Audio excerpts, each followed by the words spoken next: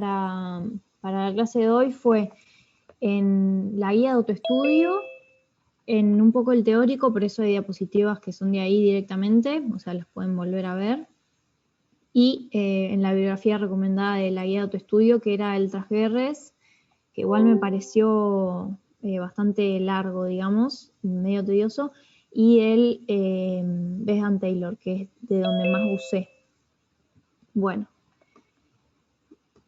voy a empezar, bueno, vieron que cuando ustedes buscan en Google sistema inmune o sistema de defensa, les aparece esto. Bueno, esto de, digamos, de evadir o evitar todo tipo de microorganismo es algo que ya quedó totalmente en el pasado, porque desde hace un montón de años por ahí en las universidades todavía cuesta implementar cosas nuevas y planes de estudios para modificar y eso, pero la relación que nosotros tenemos con los microbios y nuestra microbiota intestinal, o sea, la microbiota se refiere a las especies distintas que nosotros que conforman nuestra flora bacteriana del intestino, ¿no? Pero también están en piel, podemos hablar un poco más de eso.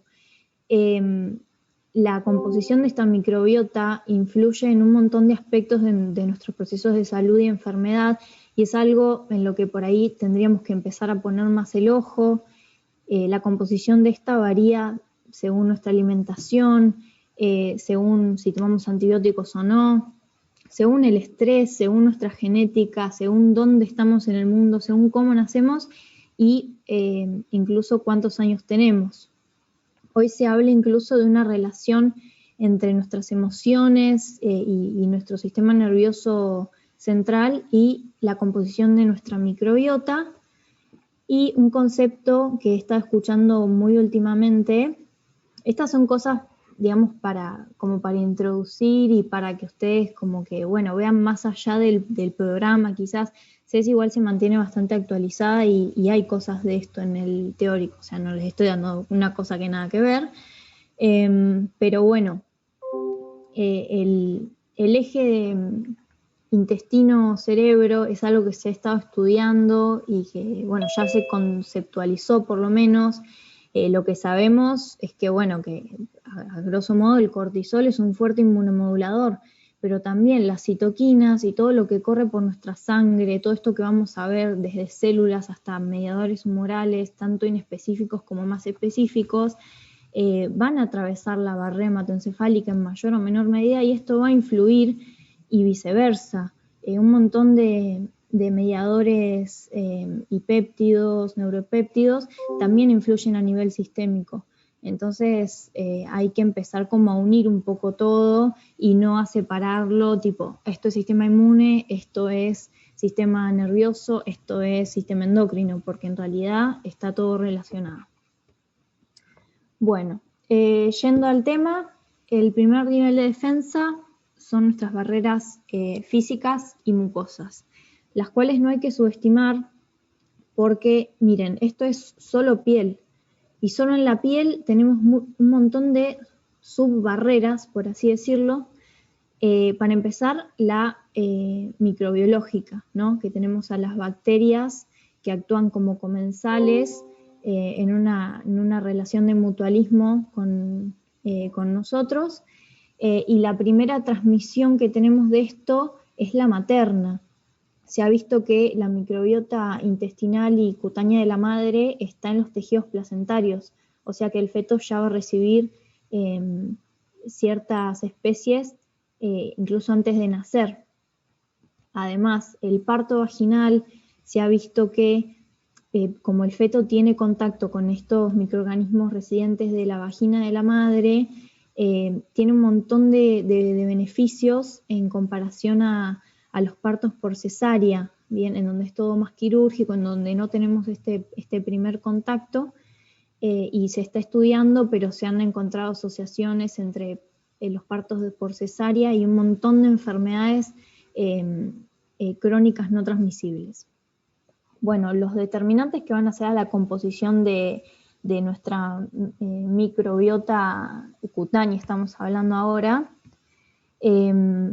son un montón de determinantes, ¿no? Variaciones tanto inter como intrapersonales e incluso a lo largo de la vida, en nuestro ciclo vital.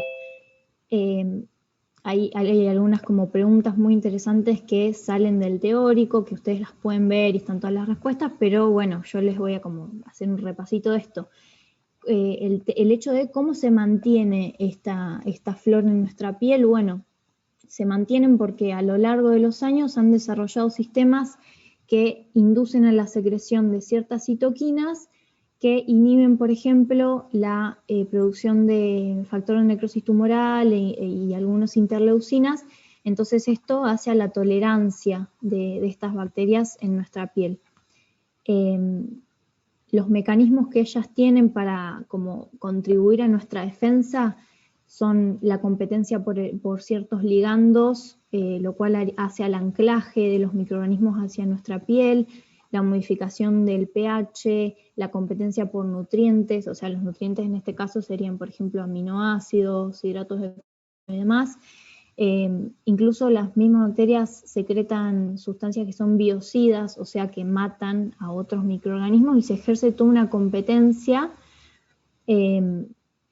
Bien, y también salta el concepto de crosstalk con nuestro sistema inmune, que sería como una cruza de comunicación entre estas bacterias y nuestro sistema inmune de ida y vuelta. Constantemente se está vigilando esto. En cuanto a la barrera química, eso solamente fue la barrera microbiológica. En cuanto a la barrera química, tenemos desde el pH bajo de la piel hasta el sebo que producimos, hasta enzimas como la lisozima, o acá tenemos inmunoglobulina, probablemente de tipo A. La barrera física, esto también está bien desarrollado en el teórico, está compuesta por los componentes celulares propios de la piel. Hay una barrera lipídica muy específica y también, como hemos visto en otros trabajos prácticos, influyen cuán juntas están las uniones intercelulares o cuán permeables pueden estar o no. Y la inmunobiológica son las células inmunes que están en la lámina propia, macrófagos, linfocitos, bueno, etc. Sofi, te corto un gachito, que los chicos recordaron si podíamos grabar la clase. ¿Tengo que grabar yo? Sí. Pero creo que yo también puedo. Sí, Creo ahí que lo puse a grabar. Bueno, genial. Bueno, entonces, las funciones principales, a grosso modo, bien, porque ya estuvimos hablando de un montón de cosas más amplias, van a ser la identificación de esta, entre comillas, amenaza o patógeno tanto extraño, tanto externo como interno, después vamos a ver, la puesta en marcha de mecanismos defensivos y el recordar, o sea, la memoria, para que la próxima vez que este patógeno, por ejemplo, si el mismo patógeno vuelve a nuestro cuerpo, nuestra respuesta sea más eficaz y más rápida. Bien, esto también es del teórico, entonces tenemos las funciones del sistema inmune en un balance, bien, tanto la respuesta frente a antígenos extraños como a la autotolerancia, bien, la tolerancia frente a los antígenos propios. El sistema inmune, como decía ahí, es una red compleja de moléculas, células, tejidos, que mantienen a nuestra integridad tanto fisiológica como genética y también contribuyen a la remodelación de tejidos y la eliminación de células propias que están genéticamente alteradas. Bueno, yéndonos a médula ósea, ¿no? En médula ósea es donde se produce la mayor cantidad es donde se produce la hematopoiesis. A partir de una célula multipotente van a salir dos líneas celulares, la mieloide y la linfática, o la linfoide, perdón, bien. A partir de la mieloide, también, además de células blancas, o sea, mieloblastos, monoblastos, con producción de granulocitos y monocitos, tenemos la formación de todo lo que es plaquetas y eritrocitos, y de la línea de los linfocitos, linfocitos B y T, que serían los leucocitos sin gránulos, ¿no? Visto desde, por su morfología, justamente las células de la línea mieloide las vamos a dividir en granulocitos, como dijimos, por sus gránulos en el citoplasma. cada uno de estos tipos celulares tiene una composición distinta en sus gránulos, tanto porcentual como en calidad, o sea, lo que contiene cada gránulo de distintas moléculas, y los polimorfonucleares se los llama a los que tienen como muchos lóbulos en cuanto a morfología de su núcleo. Bueno, acá tenemos también las células dendríticas, los macrófagos y los monocitos.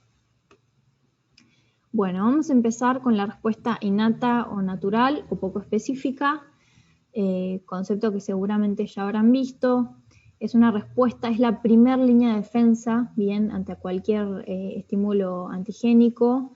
Siempre responde de la misma manera, independientemente del estímulo y de cuántas veces este se presente. No genera memoria, pero es de inicio más rápido. Es activada por patrones de daño general, ahora lo vamos a ver bien. Incluye todo lo que es barreras, ya sea físicas, químicas. En cuanto a químicas, por ejemplo, el pH estomacal es una barrera química, y biológicas.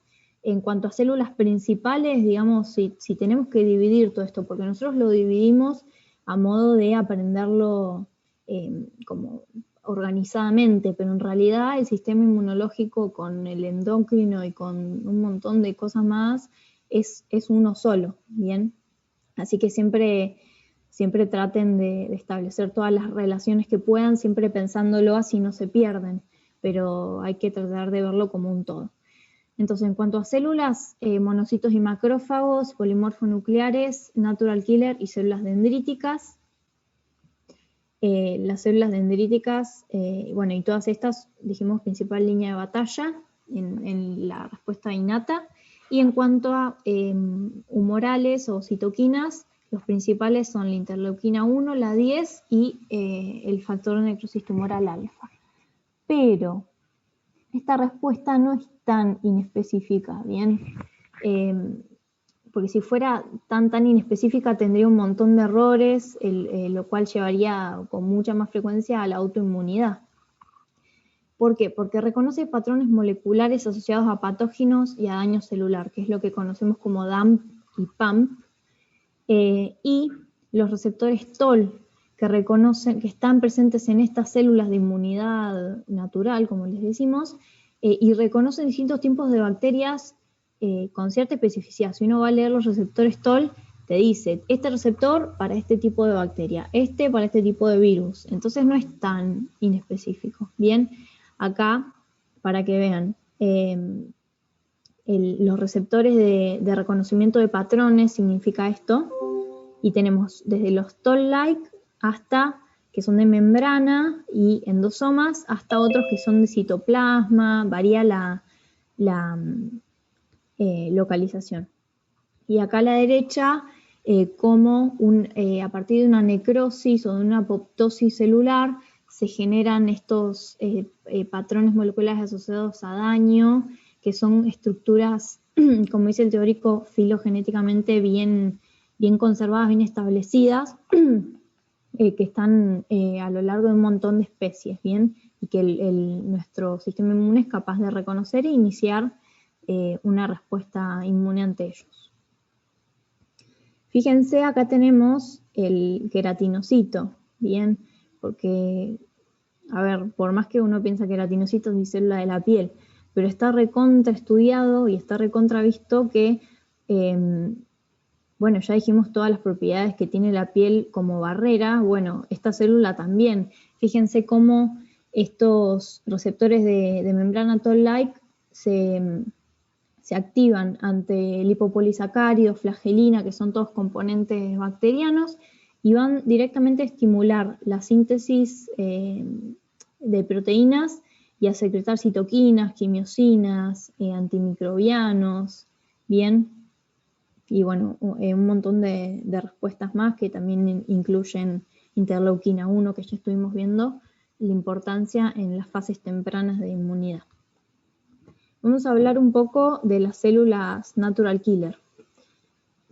Las células natural killer vienen de la célula, bien, de progenitores linfoides, bien, junto con, digamos, en paralelo con los linfocitos T y los B.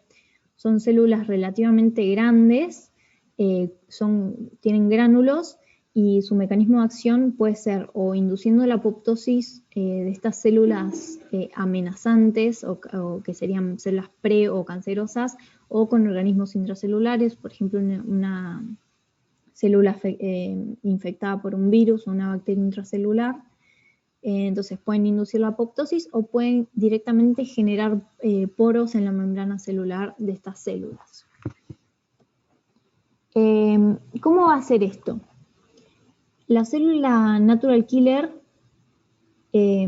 ahora después vamos a ver un poco más en profundidad sobre los complejos de histocompatibilidad, ¿bien? Pero por ejemplo, acá ustedes pueden ver que la célula natural killer tiene receptores de ligandos de inhibición y receptores de ligandos de activación. Bien, célula natural killer por debajo, célula diana, cualquiera sea, porque los complejos de histocompatibilidad tipo 1 están en todas las células nucleadas del cuerpo, excepto en eritrocitos. Entonces, tenemos algunas situaciones para tener en cuenta. De izquierda a derecha. Es como que las natural killer van patrullando y es como que van pidiéndole a las células su documento de identidad para saber que está todo bien.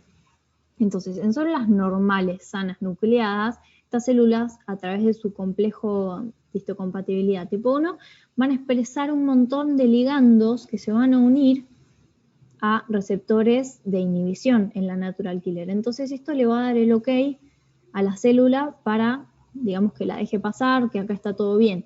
Fíjense que no es como a todo o nada. Bien, las células también sanas, normales, nucleadas, exhiben ligandos que las pueden activar, pero fíjense el balance.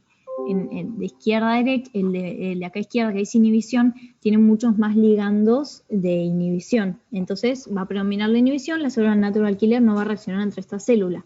En cambio, el tema de los eritrocitos, las células natural killer no reaccionan porque los eritrocitos tienen otros ligandos inhibitorios para exponer y decir acá está todo ok.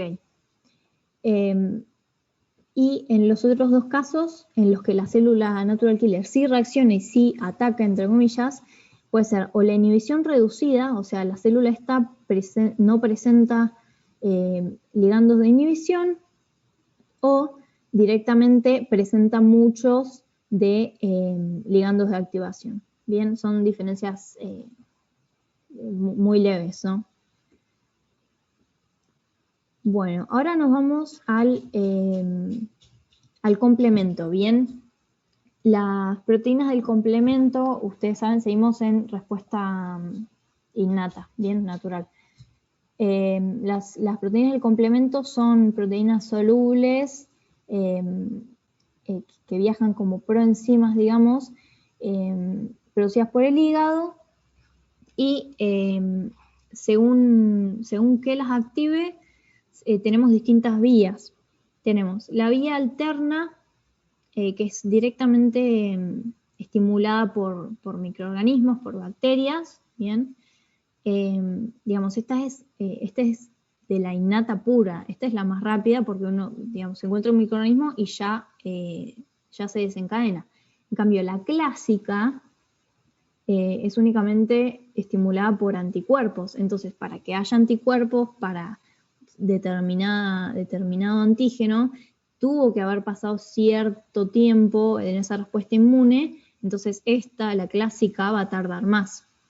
Y después tenemos la vía de las manosas, que lo mismo, tiene que ver con estructuras encontradas en bacterias y algunos virus, ¿bien?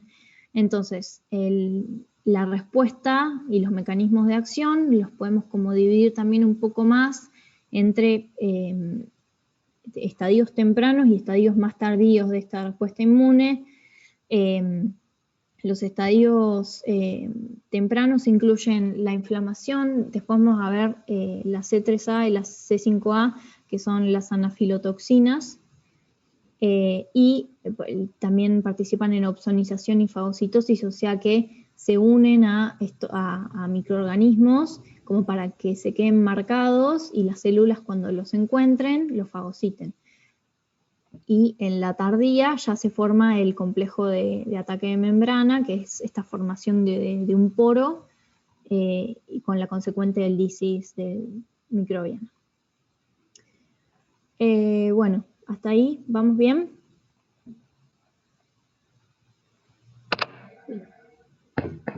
Bueno. Bueno, vamos con los neutrófilos. Ahí les dejo la fotito más o menos para que lo identifiquen. Generalmente tienen 3 lóbulos separados por un puente de cromatina. Los neutrófilos tienen que tener en cuenta que la principal función es la respuesta bien rápida, a partir del pool de depósito que hay en médula ósea. Este depósito se va a movilizar rápidamente, va a ser el primero, y se va a movilizar gracias a un gradiente quimiotáxico, o sea, dado que hay mucha citoquina circulante, muchos patrones asociados al daño y demás como estimuladores para que el neutrófilo vaya, eso va a ser como un gradiente inflamatorio que lo va a llamar, por así decirlo. Hacen fagocitosis y en cuanto a estadio pasan de blasto, promielocito a mielocito hacia un pool de depósito y de ahí hacia, o sea, el pool de depósito en médula ósea dijimos, y el pool circulante, que es el que va a salir a sangre y que es lo que nosotros podemos cuantificar cuando medimos los glóbulos blancos, ¿sí? El recuento de la neutrofilia. Y también se habla de un pool marginal endotelial, ¿no? Esta respuesta va a ser súper rápida, pero también súper limitada, porque este depósito es justamente bastante escaso y se va a dar, como está en endotelio, ante aumentos significativos de flujo sanguíneo, ¿bien? Esto puede estar relacionado con una respuesta inmune, pero no, puede estar relacionado con el ejercicio también. Entonces, bueno, guarda con eso. Porque por ahí si a una persona le hacen un análisis de sangre el día después de una maratón o de algún esfuerzo muy extenuante, ya tanto por el cortisol o por un montón de mediadores hormonales, un montón de cambios iónicos y demás, puede ser que la neutrofilia dé un poco elevada o incluso los glóbulos blancos en general. Entonces siempre contextualizar y ver la clínica antes de sacar conclusiones apresuradas por un valor único, ¿no? Bueno, ahora vamos a ver un poco de los mecanismos de acción más importantes de los neutrófilos. Los neutrófilos, dijimos, hacen fagocitosis. Esta fagocitosis la pueden hacer hacia un microorganismo no opsonizado, porque dijimos que es respuesta innata esto, es bien rápida, entonces no necesitan que se haya producido anticuerpo, como por ejemplo en el caso de un microorganismo opsonizado. En el caso del microorganismo opsonizado se unen a él, al anticuerpo que está unido al microorganismo mediante receptores de la porción FC de estas inmunoglobulinas. Después lo vamos a ver. Y si no, se unen directamente al microorganismo o por la vía alterna del complemento, que es lo que ya vimos. Entonces se une a la membrana y se forma el fagolisosoma. El fagolisosoma es el fagosoma, o sea, el bichito en una membrana, digamos, que se introdujo hacia su interior con estos gránulos que posee, que van a ir a actuar, que se fusionan y que generan un microambiente muy ácido que mata al microorganismo. Ahora bien, esto sería como si la inflamación y si los microorganismos ahí siguieran, el neutrófilo sigue ingiriendo microorganismos, bacterias, se produce el estallido oxidativo, que no solo depende de él, sino depende de que, o sea, está estimulado también por interleuquina 8 y factor de necrosis tumoral. Entonces esto nos habla de como una retroalimentación que le dé el ok como para decir si estamos en una inflamación inminente. Entonces, sí, prosigamos con esto, en donde se producen especies reactivas de oxígeno, como superóxido, peróxido de hidrógeno, incluso óxido nítrico, los cuales son tóxicos para la bacteria, y finalmente se produce justamente como un suicidio de esta célula que tiene un montón de microorganismos en su interior y terminan matándose todos a la vez, por así decirlo, para que les quede el concepto. Acá tenemos el papel del aumento de la permeabilidad de las uniones intercelulares. Esto es para que lo vean nada más. Pero ven cómo va pasando desde sangre, cómo va circulando y cómo se ve que en este tejido hay un gradiente inflamatorio, un gradiente quimiotáctico que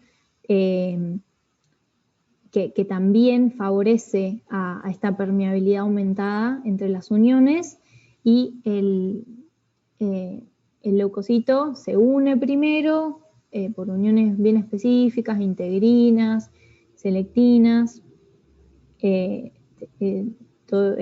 establece sus pseudópodos y va atravesando y va hacia donde es necesario.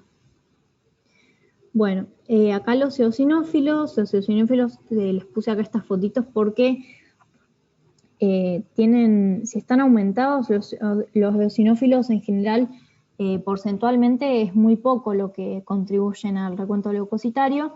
Entonces, si están aumentados, hay que pensar en procesos alérgicos o en parásitos. Porque esto es lo que yo les decía, son bastante grandes y contribuyen del 2 al 5% del recuento, ¿bien? En cuanto a gránulos, 2 palabras.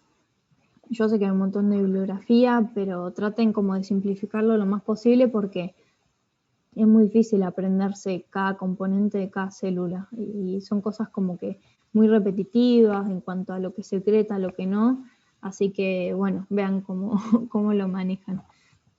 Los gránulos, los más abundantes y grandes son los secundarios, y los primarios están compuestos por galactina y la proteína de Charcot-Leyden, que es una proteína que por ahí ustedes la vieron en pato, que se puede ver como en ciertos tejidos ante procesos muy, muy alérgicos. Bueno, les cuento por si les suena de patología. Pero es para que relacionen con procesos alérgicos ahí, ¿no? Entonces, el rol fundamental va a ser, ustedes piensen, los parásitos son obviamente enormes, entonces esta célula no va a poder fagocitarlos. ¿Qué va a hacer? Va a generar destrucción proteolítica en el lugar donde se llega a desgranular, y bueno, que es mediador inflamatorio en alergias. Bueno, ahora basófilos, ahí les pongo fotitos, basófilos en sangre periférica y mastocitos. Estos son mastocitos dérmicos alrededor de los vasos sanguíneos. Bueno, también la función de estos es participar en reacciones alérgicas mediadas por IgE, neuropéptidos, factor librador de histamina, y también asociados a reacciones anafilácticas y de hipersensibilidad. Acuérdense, las anafilotoxinas son parte del sistema de complemento, que son la C3A y la C5A. En cuanto a sus gránulos, hay unos gránulos que se llaman B y que contienen el 90% de la histamina del organismo. O sea, imagínense, la histamina a modo de correlacionarlo con la clínica, es todo esto que venimos diciendo con la alergia. Por eso siempre que uno tiene alergia se toma un antihistamínico. Todo lo que es mucho moco, mucha inflamación, mucho picor también. Los mastocitos también producen serotonina.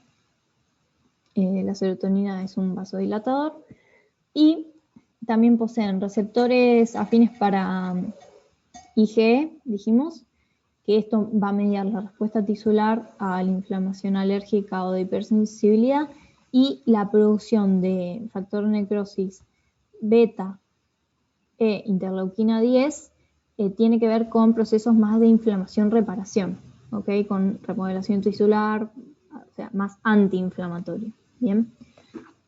Les agregué esto que tiene que ver un poco con una parte que estaba en la guía en cuanto a mastocitos, porque hay un punto que dice que hagan un modelo en cuanto al mecanismo de acción. Fíjense, en la guía decía más o menos que el mastocito se activaba por C3A, C5A, a la derecha están acá, a través de receptores de membrana. También acá hay un receptor TOL activado por lipopolisacárido, bien.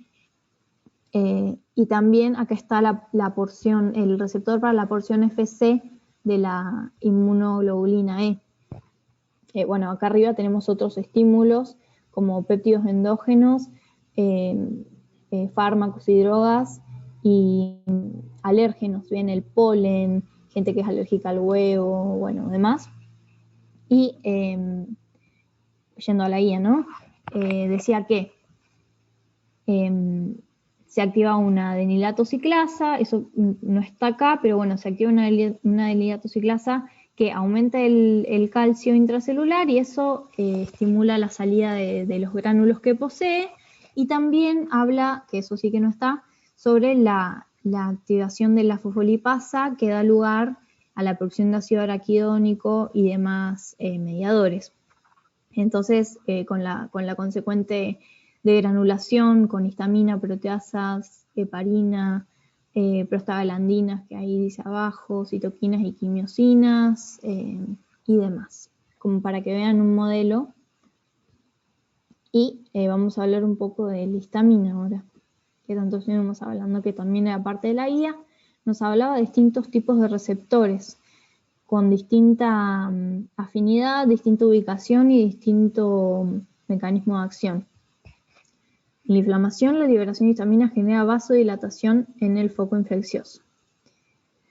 Bueno, ahí tenían un punto para hacer. Yo acá les hice un cuadrito comparativo para ver los distintos tipos de receptores. Los que nos van a importar en este tema son los H1. Los de membrana en células musculares lisas de vasos, en endotelio, bien, que, originan, además del incremento intracelular de calcio, la producción local de óxido nítrico que activa la guanil ciclasa con la posterior formación de GMP cíclico. Bien, eso para ver un poco del mecanismo de acción de algunos mediadores moleculares. Bueno, a modo de repaso, ya vimos mastocitos, basófilos, eosinófilos, bueno, natural killer también. Tenemos diferencias en los principales lugares de maduración. Fíjense que los mastocitos terminan de madurar en tejido conjuntivo y mucosas. Los basófilos y los eosinófilos ya salen de médula ósea maduros. La localización, fíjense, basófilos y eosinófilos en sangre y reclutados en tejidos. Mastocitos en tejido conjuntivo y mucosas. La vida media, factor de crecimiento y diferenciación celular. La expresión de porción FC, de receptores para la porción FC de inmunoglobulinas.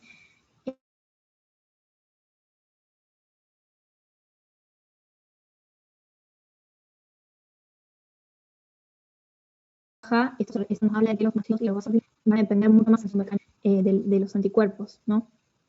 Y el principal contenido de gránulos, que es lo que yo les decía, los mastocitos con contenido de histamina, los basófilos también, histamina, heparina, los eosinófilos ya es un poco más rara, ¿no? Proteína principal básica, peroxidasas. Acuérdense, los eosinófilos secretan y destruyen por proteólisis al desgranularse, ¿bien? Ahora un poco de monocitos y macrófagos. Acuérdense que los monocitos van circulando por sangre y como que la forma diferenciada y más madura tisular son los macrófagos.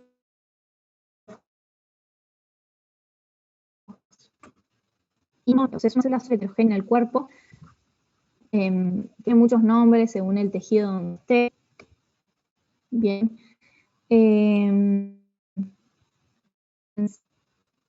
Puede ser un macrófago si es en piel, es una célula de Langerhans. Si es en hígado, es una célula de Kupffer. En el sistema nervioso forma parte de la microglia. Y si no, puede ser un macrófago reclutado por el tejido, por distintas formas de antígeno. Entonces, el macrófago en reposo va a tener, puede llegar a tener distintos estímulos y distintas respuestas. Y estas respuestas se van a ir dando en paralelo, no es que es una sí, una no, ¿bien? Entonces puede dar opsonización con posterior fagocitosis, puede ser una célula presentadora de antígeno y puede promover...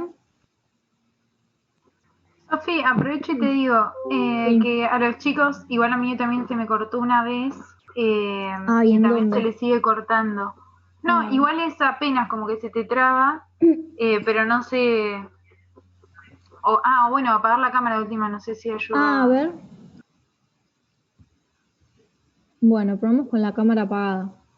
Bueno, más o menos en qué parte. Si se cortó mucho me dicen y después lo digo de nuevo. Sí, chicos, si quieren digan ustedes en qué parte, porque bueno, yo igual rescataba las ideas, pero capaz que a ustedes se le cortó más.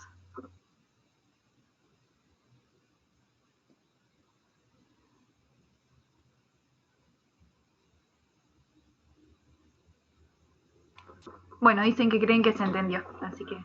Bueno, con más o menos detalles, pero se entendió. Bien. Bueno, estábamos en el tema de los macrófagos.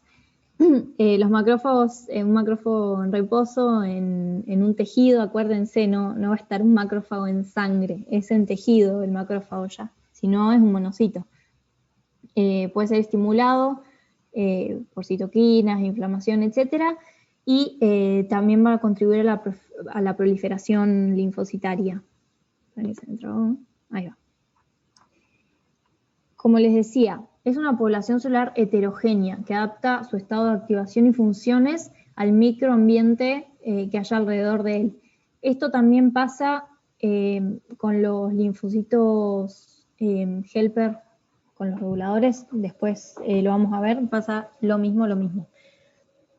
Entonces este monocito, según el tipo de estímulo que tenga para diferenciarse a macrófago, va a producir macrófagos de tipo M1 o macrófagos de tipo M2. Los macrófagos de tipo M1 van a secretar citoquinas proinflamatorias, son un prototipo, un fenotipo justamente más proinflamatorio, ¿no? Antiviral, antibacteriano, inmunoestimulante.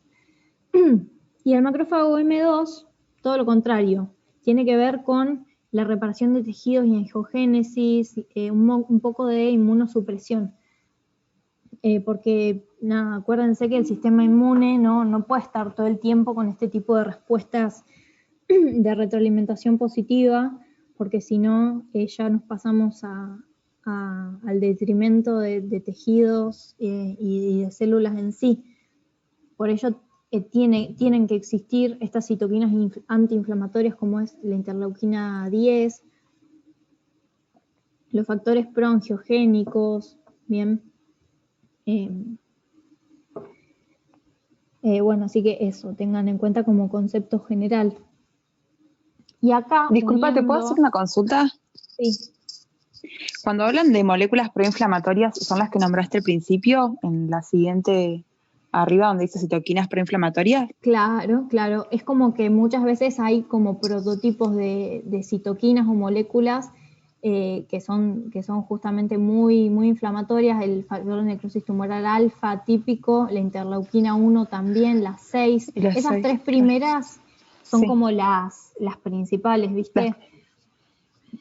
Seguro las has visto. Es como que, o sea, si se tienen como que memorizar estas cosas que parecen súper chiquitas, por ahí, bueno, esas están buenas.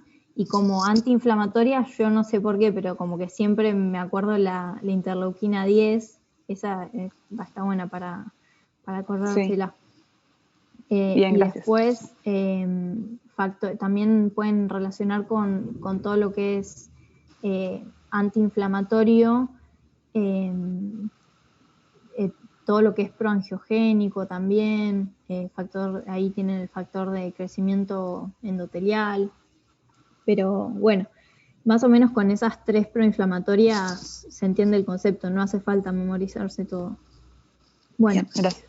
Acá les quería mostrar, ya como que nos vamos adentrando y ya hemos hecho varias relaciones entre la inmunidad innata entre sí y entre la inmunidad, estas células que pertenecen a la inmunidad inespecífica y ya una respuesta más sistémica. Fíjense, hablamos recién de la interleuquina 6 como una de las moléculas que secretan los macrófagos. Entonces, la tenemos tanto como secretora del macrófago como que le estimula a él mismo, ¿no? O a otras poblaciones de macrófagos, pero también estimula al hígado para la producción de proteínas de fase aguda, estimula un montón de poblaciones y subpoblaciones linfocitarias, fibroblastos para la deposición de materia extracelular, a neutrófilos. Bueno, ya empezamos con relaciones más a nivel sistémico. Esto es lo que estaba diciendo. Median la respuesta inflamatoria de fase aguda sistémica las citoquinas liberadas por macrófagos. Esto es del teórico. Interleuquina 1, 6 y factor de necrosis tumoral alfa. En médula ósea, bien, producción y diferenciación de neutrófilos, que es lo que dijimos, el pool de depósito que se va a movilizar rápidamente. En sangre, bueno, esto de la neutrofilia. En hipotálamo inducen la fiebre, mediado también por prostaglandinas, y en hígado lo que dijimos de las proteínas de fase aguda. En cuanto a mecanismo, lo vamos a repasar. ¿Cuáles son los fagocitos? Los neutrófilos, los macrófagos, las células dendríticas, que son las células como centinelas tisulares, y los eosinófilos y basófilos. La fagocitosis tiene distintas etapas y distintos procesos que podemos separar. Inicialmente, empezando por la quimiotaxis, por un estímulo, por un llamado, digamos, hacia la zona. También por opsoninas, que son marcadores de microorganismos que van a ser fagocitados, que luego se adhieren, se ingieren, se forma el fagolisosoma y se digieren. Y incluso algunas de estas partecitas de microorganismo pueden volver a resurgir a la superficie de la célula que lo tragó, entre comillas, para ser mostrado y convertirse en una CPA. O sea, célula presentadora de antígeno. Ahora lo vemos bien. Bueno, inmunoglobulinas. Vamos a hablar, seguimos con inmunidad humoral. En cuanto a estructura, rápidamente, ¿no? Yo no les preparé la superclase de inmunoglobulinas, después si tienen como cosas más puntuales, bueno. Pero básicamente la estructura promedio, digamos, está formado por 2 cadenas pesadas y 2 cadenas livianas, pesadas de heavy y light chain. Y cada una de estas regiones va a tener regiones variables. Las regiones variables es como las encuentran ustedes como Fab, ¿bien? Y las constantes son las FC, que tanto venimos hablando de las FC. Bueno, las regiones variables van a tener secuencias de aminoácidos específicas que justamente dan la especificidad de ese anticuerpo y hacen el reconocimiento de antígenos. Bien, las constantes, las regiones constantes son las que estuvimos hablando un montón y que les dije miles de veces que un montón de células del sistema inmune tienen receptores para la porción FC de las inmunoglobulinas. Bueno, la porción FC es esa parte constante. Constante o variable se refiere a la genética, o sea, la genética de producción de esas inmunoglobulinas, si varía o si no varía, solo eso. En cuanto a los distintos tipos de bueno, la D están en la superficie de los linfocitos B y no se sabe muy bien la función específica.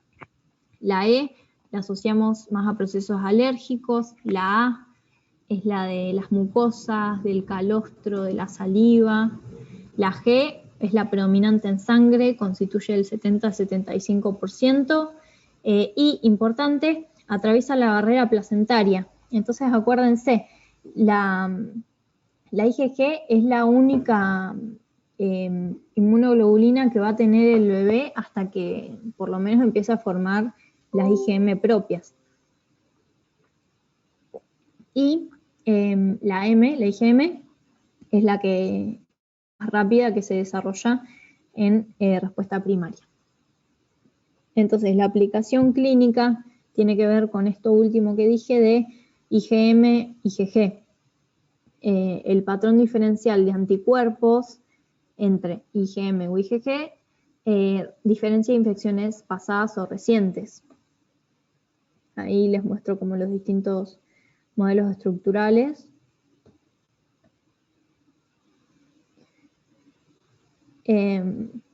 Bueno, y pasamos a respuesta específica o adaptativa. A grandes rasgos, esta sí diferencia más entre patógenos, es de inicio más tardío, y es la que genera memoria inmunológica con clonación y proliferación, y aumenta la efectividad, porque aumenta la rapidez e incluso los niveles de respuesta para las próximas infecciones. Bueno, la CPA.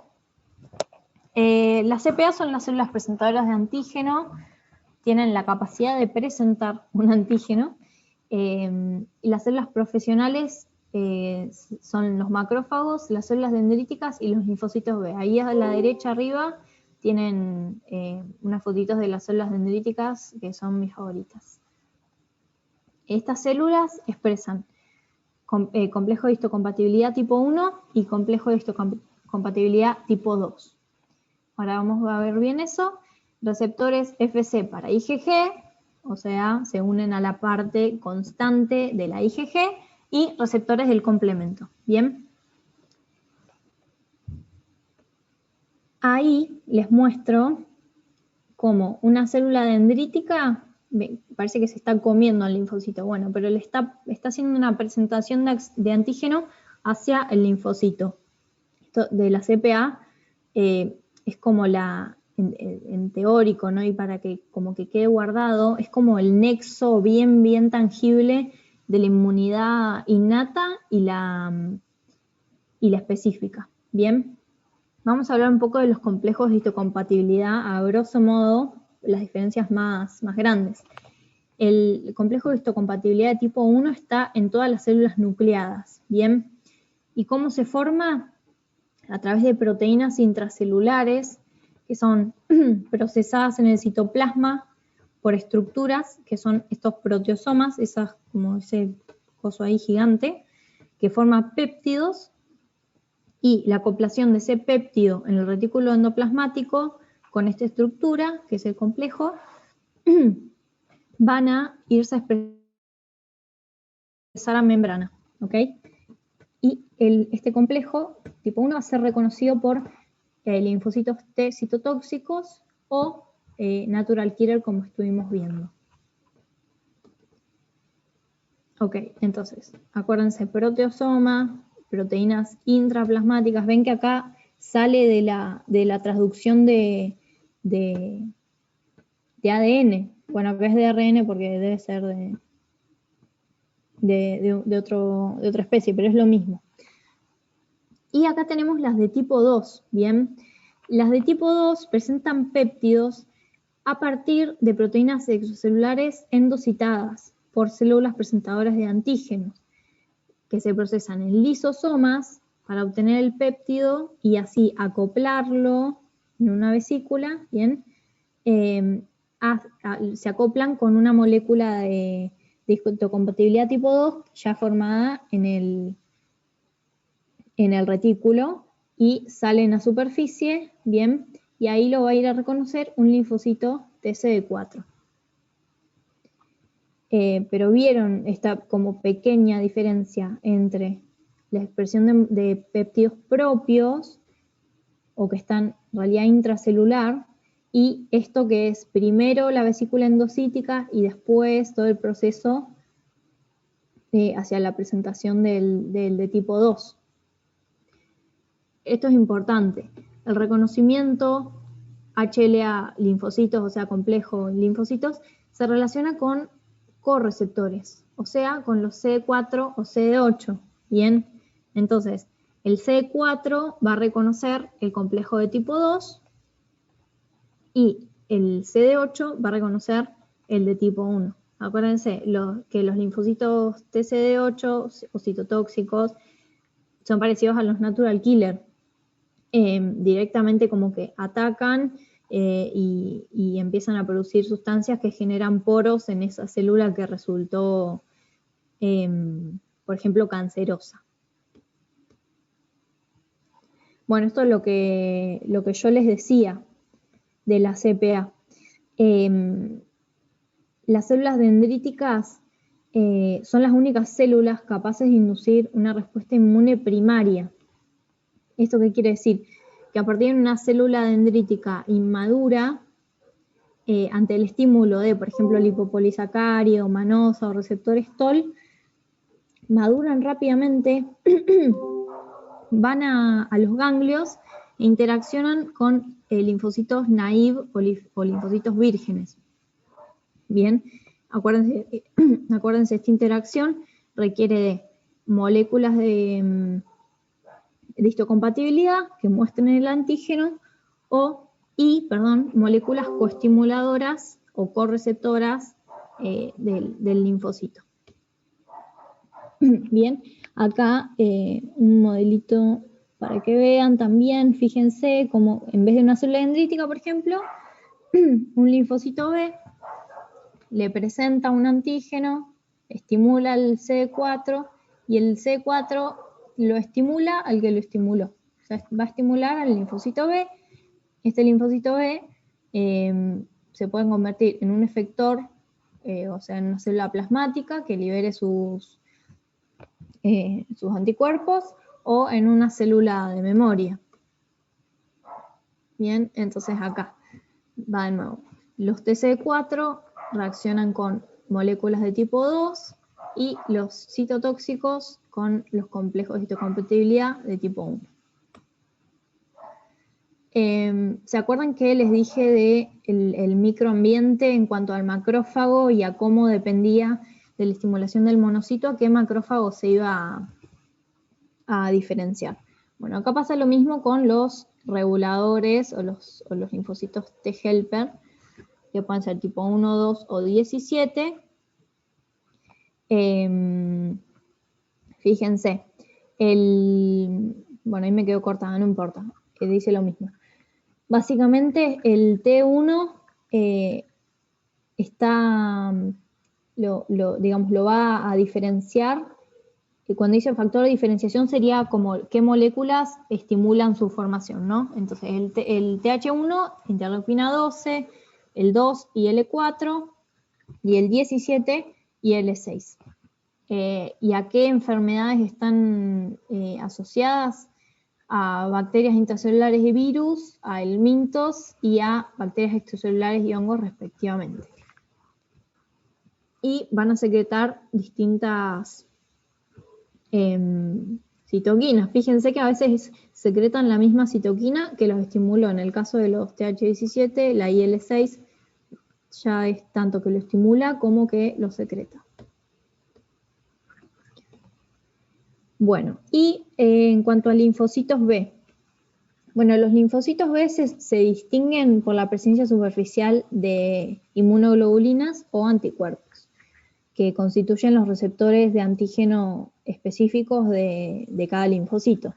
Y según el estadio de maduración, el linfocito inmaduro va a expresar IgM. Después, a medida que madura, IgD, algunos receptores del complemento, algunos receptores para IgG, hasta el cambio de isotipo, el switch de isotipo que dijimos, a IgG. Entonces, los linfocitos maduran y expresan IgM e IgD. Abandonan la médula ósea y van hacia órganos linfáticos hasta que en algún momento se encuentran con algún linfocito, se encuentra con algún antígeno específico que va con el receptor que poseen y estimulados o por el antígeno específico o por otro linfocito, forman centros germinales. Los centros germinales son los lugares donde proliferan y se genera la expansión clonal y se modifica, y está la modificación genética. Bien, modificación genética en cuanto a su inmunoglobulina, en vez de IgM, IgG, bien, y a altas cantidades. Entonces, a partir de acá, de estos centros germinales de proliferación y clonación, se pueden formar células plasmáticas, que son las que secretan sus receptores, o sea, los anticuerpos, porque los anticuerpos circulantes no son más que los receptores que tienen los linfocitos B. Las células de memoria, o incluso algunos pueden retornar hacia médula ósea. Y bueno, un poco de aplicación clínica. Estuvieron viendo un poco ustedes con el tema de determinación de grupo y factor sanguíneo, que tiene que ver con esto de los anticuerpos, de qué expresan los eritrocitos, y en cuanto a esto más específicamente, recuento de glóbulos blancos y marcadores inespecíficos e inflamatorios. El recuento, valores normales, a grosso modo de 5 a 10, como para acordarse. Les tiene que llamar la atención, no sé, un contexto de clínica que vaya con eso, y un recuento a partir de, ponele que 11, ya 12, bien, siempre acompañándose de la clínica. Ahí tenemos la fórmula con los porcentajes de cada especie, y algunos conceptos así para no olvidar. Las infecciones bacterianas agudas van a generar desviación a la izquierda o neutrófilos encallados. Esto significa que aparecen en sangre formas inmaduras de neutrófilos. ¿Por qué? Porque la demanda es tal que no alcanza a suplir la formación que hay, y empiezan a salir estas formas inmaduras al torrente sanguíneo. Las infecciones crónicas, micóticas o virales incrementan más los linfocitos y los monocitos, y las infecciones parasitarias o alérgicas más a predominio eosinófilo. Acuérdense siempre estos datos de laboratorio que ustedes puedan tener asociados a una clínica que concuerde, a una anamnesis, bien, o sea, no nos quedemos con el dato solo, sin ver al paciente. Esto es del teórico. Proteínas de fase aguda, que son factores humorales innatos, proteína C reactiva, amiloide sérica, fijadora de manosa, aptoglobina, ceruloplasmina, fibrinógeno. Funciones: mecanismos antimicrobianos como opsoninas, minimizan la lesión, activación de fibroblastos, esto también para la regeneración tisular, y contiene el foco a través de factores de coagulación.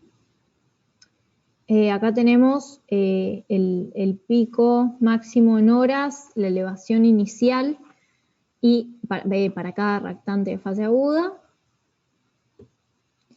Y un poco, volviendo a lo que les dije al principio, la psiconeuroinmunoendocrinología, vi que ahí en el teórico había una diapositiva final. Estudia la interacción cuerpo-mente y las consecuencias de la salud, y concibe las enfermedades relaciones súper complejas entre determinantes psicológicos, sociales, biológicos, hormonales, de estado de ánimo, bueno, un montón de cosas mucho más complejas de las que esta diapositiva dice.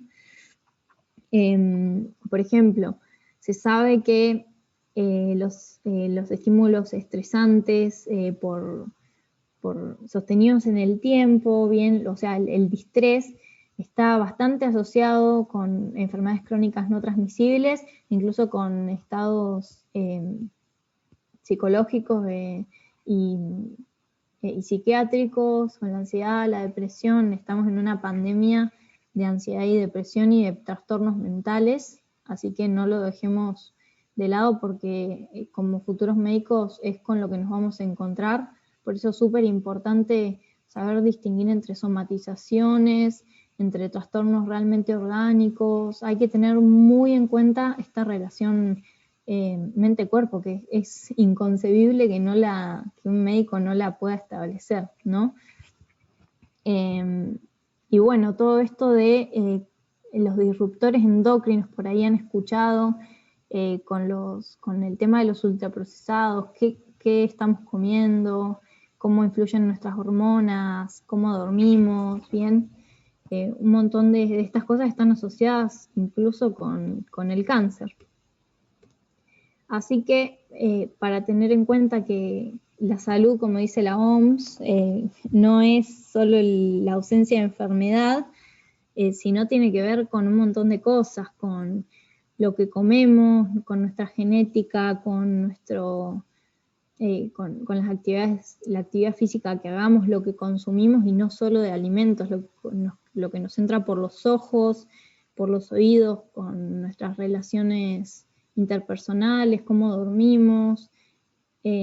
Así que está re bueno que estén todas estas disciplinas en las que no se tiende a minimizar, como a separar la medicina y a decir el especialista cardiólogo en la arteria no sé qué, sino todo esto de psicoinmuno, endocrino y que está todo unido y hay un montón de cosas que nos falta por aprender y que es lo que se viene. Así que nada, muchas gracias por su atención.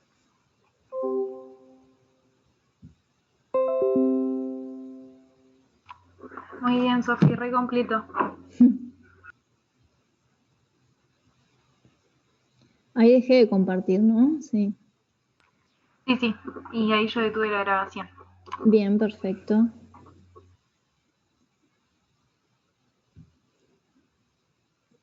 Bueno, gracias por quedarse.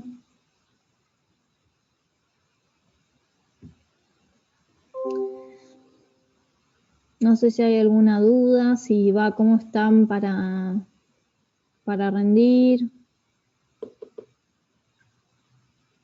Ténganse fe, duerman bien.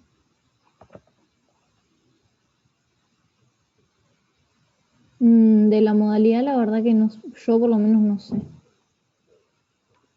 No, ni idea. Ay, ya son las 9:20. Bueno, me reextendí, perdón, pero inmune es un tema re extenso. La verdad que traté de sacar lo más importante de cada tema. Y bueno, nada, eso. Bueno, ¿qué situación estimularía la formación de los macrófagos M2? Bueno, en la diapo ahí que yo hice mostraban distintas citoquinas que lo favorecían. Si querés ahora me fijo y te digo, no es necesario que lo sepas. Pero creo que interferón, me parece, algunas interleuquinas específicas. Lo importante es que sepan que, sí, acá está,